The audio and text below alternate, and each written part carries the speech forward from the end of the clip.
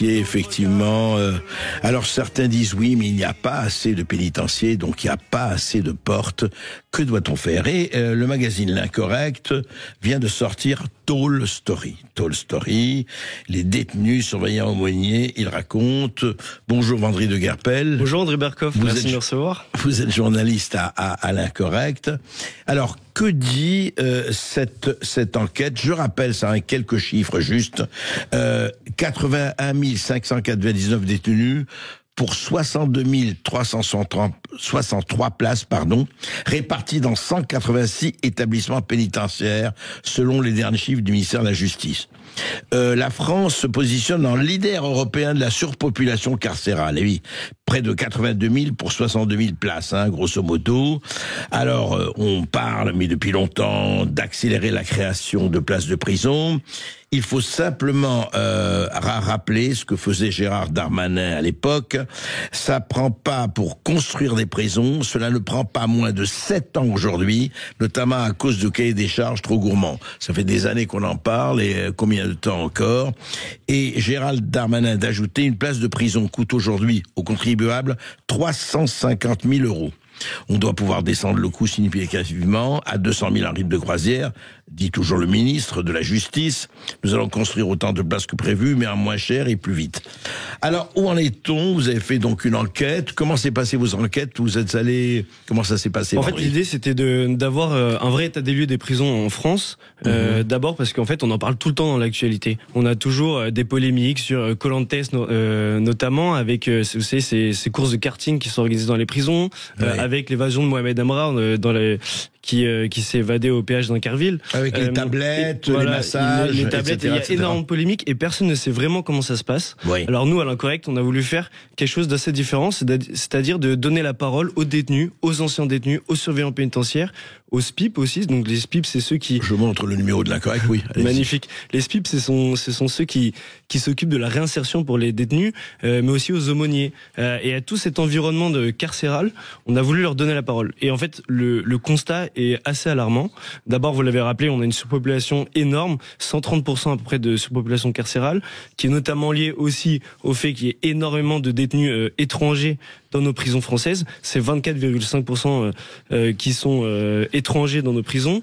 Donc voilà. Donc... Oui, on dit, corrigez-moi si je me trompe, Vendry de Guerpel, on dit qu'il y a 24,5%, vous l'avez dit, de la population carcérale sont étrangers, alors que les étrangers ne représenteraient que 11% dans la population globale. Exactement. Et si on rentre dans les détails, il y a par exemple 4229 détenus algériens. Vous savez, un prisonnier coûte environ 130 € par jour de détention. Alors si on fait une multiplication, on arrive à 200 millions d'euros par an.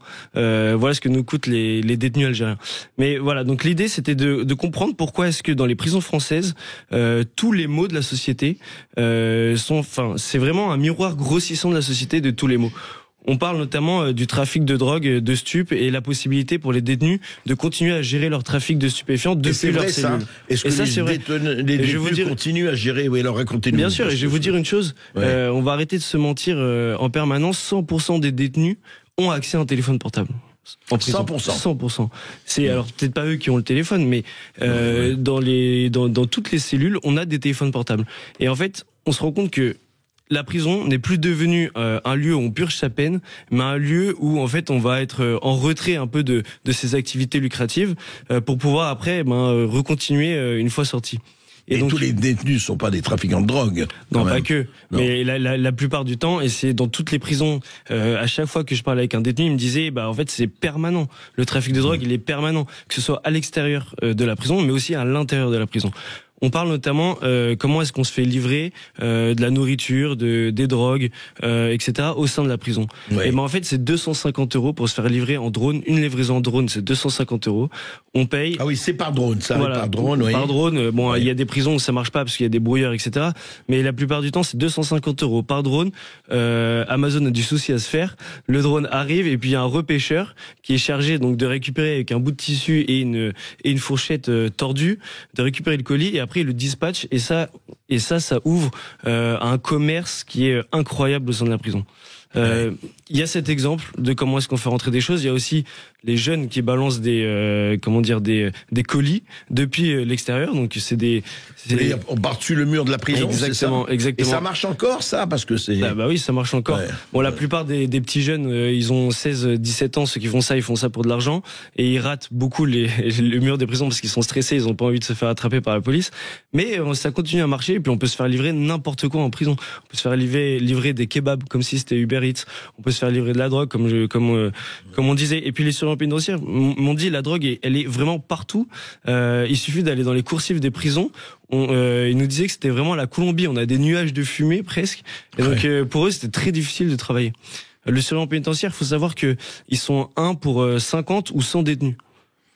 Un surveillant pour 50 ou 100 détenus. Et donc en fait, ils peuvent pas faire leur travail correctement. C'est des grands oubliés de la République. Moi, c'est vraiment ce que j'en ai retiré de ces témoignages. Des grands oubliés de la République. Ils sont là, ils sont pas armés, ils ont juste un sifflet pour se défendre.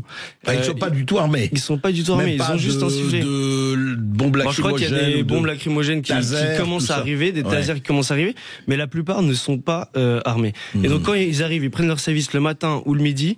Ils doivent faire le tour de toutes les cellules pour voir si tous les détenus sont encore en vie. Et en fait, le temps de faire le tour de toutes les cellules, eux, ils ont pas le temps d'aller vérifier dans les cellules s'il y a des téléphones portables, de faire des fouilles de cellules. Et donc ça, c'est vraiment impressionnant. Et vous avez vu combien de prisons? Enfin, vous êtes pas resté que sur Paris. Non. Moi, les gens que j'avais au téléphone et que j'ai rencontrés, c'était soit des gens qui étaient dans le sud de la France, qui ont été à Rouen, qui ont été dans les maisons d'arrêt, mais aussi dans les centres de détention, parce qu'il y a plusieurs types d'établissements, comme vous le savez, chez André. Il y a les centres de détention qui sont pour les longues peines, pour ceux qui sont condamnés en longue peine. Il y a les maisons d'arrêt pour ceux qui attendent effectivement d'être jugés ou qui sont en courte peine. Et c'est eux qui sont principalement en surpopulation, 150% de surpopulation carcérale dans les maisons d'arrêt. Et puis après il y en a d'autres qui sont plus petites, les prisons pour femmes, etc. Et voilà. Mais ce qui est intéressant aussi, c'est que les prisons, elles sont pas toutes dans les provinces ou à la campagne. Il y en a beaucoup qui sont dans les centres-villes. La prison de la Santé, on est le meilleur exemple à Paris. Il y a aussi à Rouen, où c'est en plein milieu de la ville. Et donc, on a aussi interviewé les passants, les riverains, ceux qui habitent à côté des prisons, qui nous racontaient qu'il y avait des feux d'artifice, mais presque tous les soirs, dès qu'il y avait un anniversaire. De l'intérieur de la prison. Depuis l'intérieur de la prison. Il y a une dame qui me racontait, moi je sais à chaque fois qu'il y a un but lors des matchs quand il y a le Maroc ou l'Algérie qui joue. Et donc on a appelé d'ailleurs le petit papier tapage du Newf, voilà. Mais donc voilà, c'est tout cet écosystème qu'on a voulu. En fait, on a voulu prendre la mesure de tout cet écosystème et en faire un dossier qui, je le crois, est presque exhaustif. Et justement, alors, et la violence que vous ont dit, que ce soit des anciens de la violence qui régnerait à l'intérieur des prisons, en tout cas des prisons sur lesquelles vous avez enquêté. La violence, elle est omniprésente, cher André. D'abord parce que si on rentre pas dans le système, on se fait en fait, on est complètement cornérisé. Donc en fait, la vie est très dure au quotidien. Il y a un ancien détenu qui me racontait qu'il avait été arrêté pour un motif, pour des motifs d'agression, etc., et qui était un militant politique. Lui, il a dû être tout de suite à l'isolement parce que il y avait 4 contrats. Sur Snapchat qui tournait au sein des prisons. 4 contrats sur lui, vous voulez dire. 4 contrats sur lui pour le tuer, pour pouvoir le tuer. Menace de, oui, pour le tuer. 2500 €. Donc en fait, sa tête avait été mise à prix au sein de la prison. Donc lui, il a dû passer sa peine à l'isolement, donc seul. Voilà. Et il y a des gens qui étaient prêts à tuer pour 1500 €, vous dites. Exactement, oui. En fait, après, ça c'est dans l'actualité, il y en a partout. On connaît la DZ Mafia avec les petits jeunes de Marseille qui sont prêts à tuer pour 1500 €. Mais ça, il y a aussi ça dans les prisons françaises. Mais donc lui, il me racontait un peu son parcours. Ce qui était assez hallucinant, c'est que quand on arrive en prison, en maison d'arrêt, on passe d'abord par un quartier des arrivants.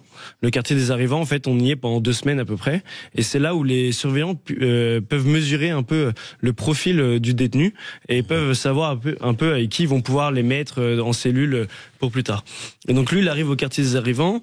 Il a un nom à consonance orientale. Et donc ils l'ont mis avec un jeune tatar musulman qui en fait en réalité était complètement radicalisé. Il faisait ses prières dans la cellule tout le temps, etc. Il écrivait des prêches islamistes sur les murs et il voulait convertir absolument le détenu avec qui j'avais discuté.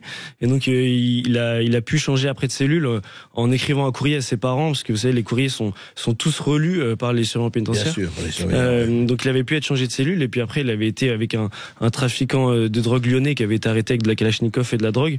Et là pour le coup la cohabitation c'est mieux passé. Mais oui, la violence elle est partout. Ceux qui sont principalement visés, évidemment il y a ceux qui sont arrêtés pour viol et agression sexuelle. Eux, ce sont vraiment les boucs émissaires des prisons, et puis les surveillants pénitentiaires qui, à chaque fois qu'ils ouvrent une cellule, ne savent pas sur quoi ils vont tomber, parce qu'il y a des draps partout, il y a de la nourriture partout, parce que les détenus peuvent continuer. Et donc il y a des draps, ils savent pas si là il y a un surveillant pénitentiaire qui me racontait qu'un de ses collègues avait été aspergé d'eau bouillante. Oui, donc parce qu'il risque d'avoir eu des agressions. Exactement, et en fait ça c'est quasi quotidien. Et lui, celui qui était en Normandie, le surveillant pénitentiaire de Normandie, me racontait, en fait moi j'ai été passé à tabac dans une cellule avec un détenu parce que le détenu voulait pas manger, en tout cas on devait le livrer directement dans la cellule. Il avait été passé à tabac, il a été complètement lâché par l'administration pénitentiaire et par la direction, parce qu'en fait c'est le pas de vague qui prime, c'est on achète la paix sociale, donc ça donne lieu aussi à ça, à des gens qui les choses parce que on a peur un peu que.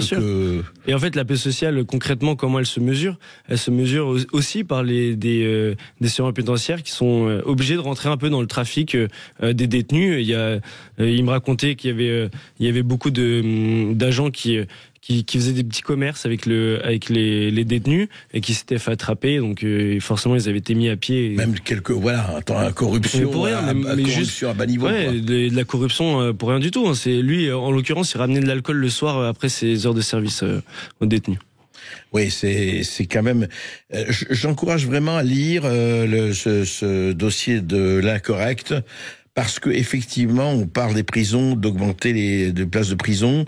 On va en parler quelques minutes encore avec vous, André Gabin, après une toute petite pause, et on va voir qu'est-ce qu'on peut faire, qu'est-ce que disent en tout cas les gens qui sont effectivement dans l'action et dans le réel.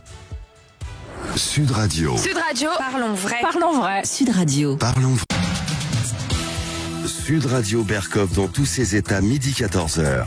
André Berkov. Et avec Vendry de Guerpel, journaliste au magazine L'Incorrect, on essaie de décrypter justement ce qui se passe dans les prisons d'aujourd'hui, dans les prisons françaises d'aujourd'hui, et ce qui va se passer demain, parce que, on va construire, dit-on, mais ça fait des années qu'on le dit, voire des décennies, 15 000 places supplémentaires. Mais au fond, on dit aussi, alors de temps en temps, ça revient, mais c'est pas possible. Comment il y a des salons de massage où presque on vient masser. Il y a la prison devrait être quelque chose quand même de sanction et quelque part, alors sans exagérer, parce qu'il y en a qui disent que c'est un hôtel, faut quand même pas exagérer et dire n'importe quoi.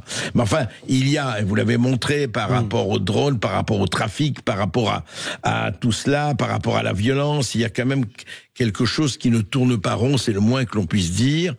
Et beaucoup se plaignent que ce soit effectivement les surveillants, que ce soit les agents pénitentiaires, que ce soit les anciens détenus. Et au fond, ce que vous avez retiré de cela, Vendry de Guerpel, dans cette enquête, c'est quoi? C'est que la marmite bout, sans dire elle est prête à exploser, mais elle bout vraiment. Et comment on s'en sort? Que vous disent les gens qui sont sur le terrain et pas les théoriciens de plateau? Moi, je vais vous faire un peu la métaphore qu'on m'a sortie quand je suis allé discuter avec un agent pénitentiaire qui me disait en fait une prison ça marche comme une cité. En réalité, c'est que il y a une concentration de problèmes, de maux, etc. Qu'on peut voir dans la société. Et autour de ça, on a des policiers et là, en l'occurrence, des agents pénitentiaires qui sont complètement débordés, qui n'arrivent pas à faire en sorte que ça s'arrête, que tous les trafics et la violence s'arrêtent. Et donc, en fait, c'est un peu comme une cité. Maintenant, ce qui est assez dingue aussi dans les prisons, c'est que on a la possibilité, quand on est en détenu, d'avoir énormément d'activités. Il y a dans une prison, la prison de Réau, il me semble, il y a eu des cours d'équitation. Ça, ces cours d'équitation, je suis pas sûr que ça permette de faire ramener le calme dans une prison. On a la possibilité, effectivement, vous l'aviez évoqué, des massages. Bon, alors c'est pas non plus le Club Med, parce que ça reste assez rare. Mais tout de même, il y a quand même un climat qui est de fait, comme il est laxiste, on se sent un peu tout permis. dans une prison. Surtout quand on est un jeune garçon qui a été arrêté plusieurs fois pour des faits soit de trafic de stupes, soit de vol, soit de 96% des détenus sont des hommes. Hein. Oui, bien sûr. 96%, bien sûr. Complètement, que des hommes. Il y a 24,5% de la part d'étrangers. Donc c'est des gens qui sont un peu de tout permis. Et quand on a été arrêté, qu'on doit purger sa peine et qu'on est dans une bonne volonté de vouloir se réinsérer après dans la société, oui, il y en a. Il faut le dire, mais c'est super dur. C'est super dur déjà parce que l'administration ne peut pas tout faire pour vous aider, parce que pour travailler, pour trouver un logement, etc. C'est très très dur. C'est aussi, c'est fait pour ça. C'est l'isolement social, la prison. Donc quand on respecte les règles, etc. C'est encore autre chose et c'est pas facile. Bah oui, c'est pas évident et il y a très peu de place dans les prisons pour travailler.